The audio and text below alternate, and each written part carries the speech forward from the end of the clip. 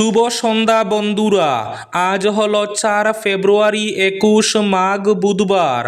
আজকের সন্ধ্যার বিশেষ বিশেষ খবরগুলি হলো: এবার প্রথমবারের মতো মেট্রিক পরীক্ষার পরীক্ষক হিসাবে দায়িত্ব দেওয়া হবে এলপি এবং ইউপি স্কুলের সরকারি শিক্ষকদেরকে। এখন থেকে বেসরকারি স্কুলের শিক্ষকদেরকে দায়িত্ব দেওয়া হবে না। আজ আবার ভূমিকম্পে কেঁপে উঠল রাজ্যসহ বরাক উপত্যকা।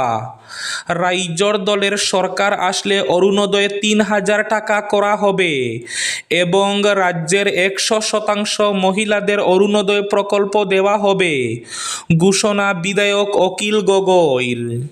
রিকশায় উঠার আগে ভেবে দেখো তুমি কার রিকশায় উঠবে। মিয়া সম্পর্কে আজ আবার বিস্ফোরক মন্তব্য মুখ্যমন্ত্রীর। মিয়া অসমে থাকতে না পারার পরিবেশ সৃষ্টি করতে হবে। মাটি দেবেন না, গাড়ি দেবেন না, রিকশা দেবেন না, ঠেলা দেবেন না। ইলেকশন কমিশন এখন হোয়াটসঅ্যাপ কমিশন হয়ে গিয়েছে। আজ সুপ্রিম কোর্টে আক্রমণ মুখ্যমন্ত্রী মমতা বন্দ্যোপাধ্যায়ের। ভয়ঙ্কর দুর্ঘটনা, বিয়ে বাড়ির বরযাত্রীর বাহন, মৃত্যু 2 জনের। মাত্র 30 টাকা দেওয়ায় নিজের মাকে খুন করার দায়ে যাবজ্জীবন কারাবাসের সাজা হাইকোর্টেও বহাল। কংগ্রেসের অসমে প্রদেশ নির্বাচন কমিটি গঠন, সভাপতি গৌরব গগৈ। উচ্ছেদ শেষ, হাইলাকান্দি দামসরায় এখন শ্মশানের নিস্তব্ধতা। পাতারকান্দিতে এবার জমজমাট বইমেলা।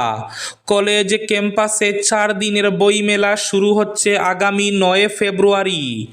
এবং শেষ খবরটি, হাইলাকান্দি শহরের রবীন্দ্র মেলার মাঠ থেকে এক মর্মান্তিক খবর। তাহলে বিস্তারিত খবরে যাওয়ার আগে অবশ্যই ভিডিওটিতে একটি লাইক করে চ্যানেলটি সাবস্ক্রাইব করে পাশের বেল আইকনটি বাজিয়ে রাখবেন এবং ফেসবুক পেজটি ফলো করে ভিডিওটি অবশ্যই শেয়ার করবেন যাতে সঠিক তথ্যগুলো সবার কাছে পৌঁছাতে পারে। এবার শুনুন আজকের খবরগুলির বিস্তারিত। প্রথম খবর, আজ আবার ভূমিকম্পে কেঁপে উঠল রাজ্য। আজ বুধবার ভোরে ফের কেঁপে উঠল ধরিত্রী। রিক্টার স্কেলে 4.1 মাত্রার ভূমিকম্পে কেঁপে উঠল রাজ্য। ন্যাশনাল সেন্টার ফর সিসমোলজির তরফে জানানো হয়েছে, ভূমিকম্পের উৎপত্তিস্থল ছিল অরুণাচল প্রদেশের পশ্চিম কামেং জেলা।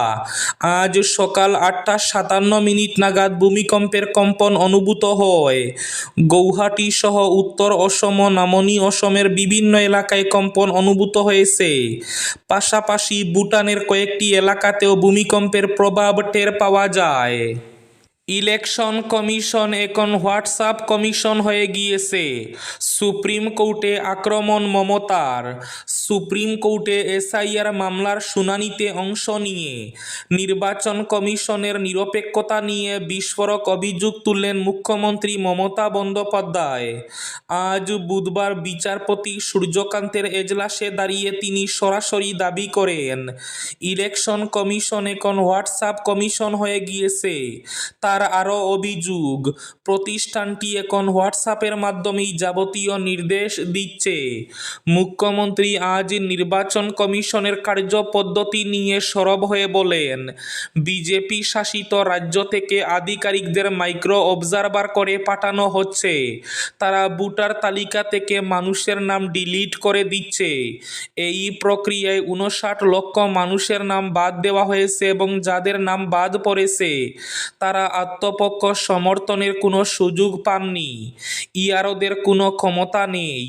রোল পর্যবেক্ষক বিজেপি শাসিত রাজ্য থেকে আনা হয়েছে। অনেকে জীবিত রয়েছেন, মাইক্রো অবজারভার নাম মুছে দিচ্ছেন। আমার আবেদন, মাইক্রো অবজারভারদের প্রত্যাহার করুন, গণতন্ত্রকে বাঁচান। একথা শুনে প্রধান বিচারপতি বলেন, রাজ্য সহযোগিতা করলে মাইক্রো অবজারভারের প্রয়োজন নেই। কোনো বৈধ ভোটার বাদ যাক, আমরা চাই না। রাজ্য সরকার যেন বাংলা ভাষা বুঝে এমন অফিসারদের তালিকা দেয় রাইজর দলের সরকার আসলে আমরা অরুণোদয় প্রকল্পের টাকা ৩,০০০ করে দেব, বললেন বিধায়ক অখিল গগৈ। বিধায়ক অখিল গগৈ বলেন, বর্তমানে রাজ্যের সব মহিলারা অরুণোদয় প্রকল্পের টাকা পাচ্ছেন না। রাইজর দলের সরকার আসলে আমরা ১০০% মহিলাদের অরুণোদয় প্রকল্প দিয়ে দেব এবং রাইজর দল সরকার হলে ১২৫০ টাকা করে নয়, অরুণোদয় দেওয়া হবে ৩,০০০ টাকা করে, বললেন বিধায়ক অখিল গগৈ। এইবার প্রথমবারের মতো এইচএসএলসি অর্থাৎ মাধ্যমিক পরীক্ষার পরীক্ষক হিসাবে দায়িত্ব দেওয়া হবে এলপি এবং ইউপি স্কুলের সরকারি শিক্ষকদের। প্রথমবারের মতো মেট্রিক পরীক্ষায় পরীক্ষক অর্থাৎ ইনভিজিলেটর হিসাবে দায়িত্ব দেওয়া হচ্ছে সরকারি স্কুলের এলপি এবং ইউপি শিক্ষকদের। এখন থেকে বেসরকারি স্কুলের শিক্ষকদেরকে আর দায়িত্ব দেওয়া হবে না। বেসরকারি স্কুলের শিক্ষকদের পরিবর্তে সরকারি স্কুলের এলপি এবং ইউপির শিক্ষকদেরকে দেওয়া হবে এইচএসএলসি অর্থাৎ মেট্রিক পরীক্ষার ইনভিজিলেটরের দায়িত্ব। রিকশায় উঠার আগে ভেবে দেখো তুমি কার রিকশায় উঠবে। মিয়া সম্পর্কে আবার বিস্ফোরক মন্তব্য মুখ্যমন্ত্রী হিমন্ত বিশ্ব শর্মার। মিয়া অসমে থাকতে না পারার পরিবেশ সৃষ্টি করতে হবে। মাটি দেবেন না, গাড়ি দেবেন না, রিকশা দেবেন না, ঠেলা দেবেন না। মিয়া এবং মুসলমানদের মধ্যে পার্থক্য বুঝবে। আবার মিয়ার বিরুদ্ধে কঠোর মন্তব্য মুখ্যমন্ত্রী হিমন্ত বিশ্ব শর্মার। বাংলাদেশ থেকে আসা কোনো ব্যক্তির সঙ্গে যোগাযোগ রাখবেন না। আমি তাদের পাঠিয়ে দেওয়ার পূর্বে তারা নিজেই যেতে বাধ্য হবে। অসমে তাদের কোনো ধরনের সুবিধা বা সহায় করতে দেবেন না বাংলাদেশিদের। অবৈধ মিয়া বাংলাদেশির বিরুদ্ধে আজ আবার কঠোর মন্তব্য মুখ্যমন্ত্রী হিমন্ত বিশ্ব শর্মার। ভয়াবহ দুর্ঘটনায় বরযাত্রীর বাহন, ব্যাপক সমস্যায় বিয়েবাড়ি, মৃত্যু ২ জনের। গোয়ালপাড়া জেলার আগিয়ায় ভয়াবহ দুর্ঘটনার কবলে পড়ল এক বরযাত্রীর বাহন। আগিয়া থানার অন্তর্গত বুদিপাড়ায় এই মর্মান্তিক পথ দুর্ঘটনাটি ঘটে।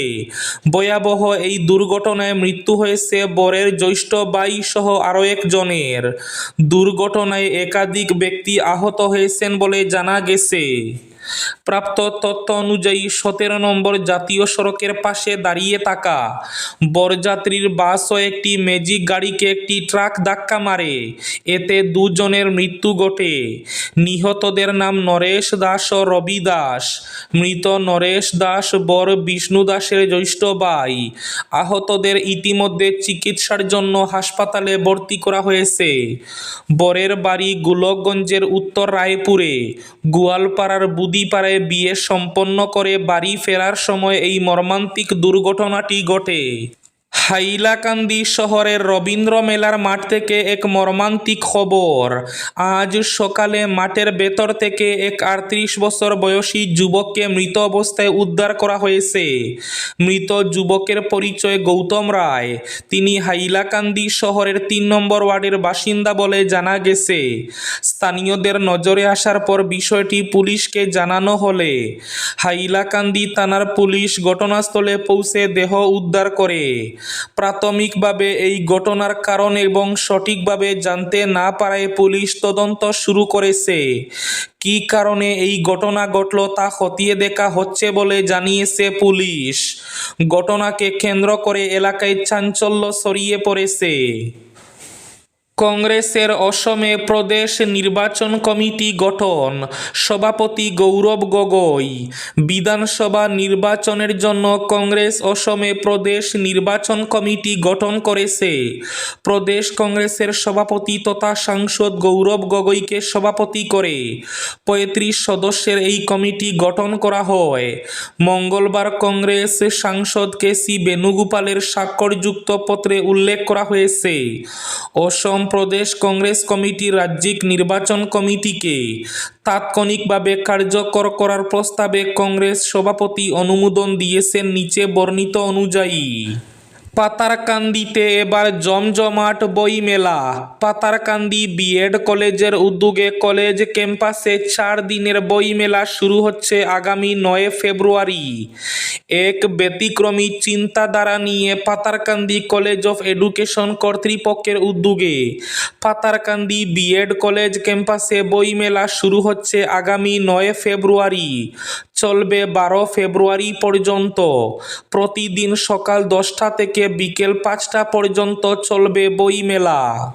বইমেলায় থাকবে বিভিন্ন নামিদামি রাজ্য তথা বহিরাজ্যের প্রকাশনা সংস্থা।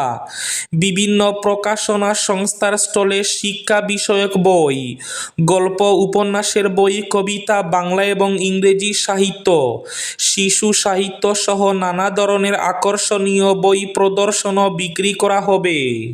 এবার শেষ খবরটি, উচ্ছেদ শেষ, হাইলাকান্দির দামসরায় এখন শ্মশানের নিস্তব্ধতা। 30টি বোলডোজারের টানা 48 ঘন্টার স্ট্রিং অপারেশনের পর দামসরায় এখন এক উচ্ছেদিত জনপদ। সংরক্ষিত বনাঞ্চলের 2800 বিঘা জমি বেদখলকারীরা টানা 65 বছর বুক করার পর দামসরায় নেমে এসেছে শ্মশানের নিস্তব্ধতা। 2 দিনের উচ্ছেদ অভিযানে মুছে গেছে দামসরা গ্রামের চিত্র। এখন আর রাস্তার দুপাশে নেই সারি সারি সুপারি বাগান সহ বিভিন্ন ফসলাদির গাছপালা। ধ্বংসস্তূপের মাঝে পড়ে শীতকালীন সবজিগুলি আর মাথা তুলে দাঁড়াতে পারছে না, জ্বলছে না বিদ্যুতের আলো। চারিদিকে শুধু অন্ধকার আর অন্ধকার। ছড়িয়ে ছিটিয়ে রয়েছে উপড়ে ফেলা অসংখ্য গাছপালা সহ ভূপতিত গড়গুলি। সব মিলিয়ে দামসরা রিজার্ভ ফরেস্ট জনশূন্য হয়ে নীরবে নিঃশ্বাস নিতে শুরু করেছে। সব মিলিয়ে হাইলাকান্দি জেলার মানচিত্র থেকে মুছে গেল দামসরার নাম। এই ছিল আজকের সন্ধ্যার বিশেষ বিশেষ খবরগুলি। ভিডিওটি অবশ্যই লাইক করে শেয়ার করে দেবেন।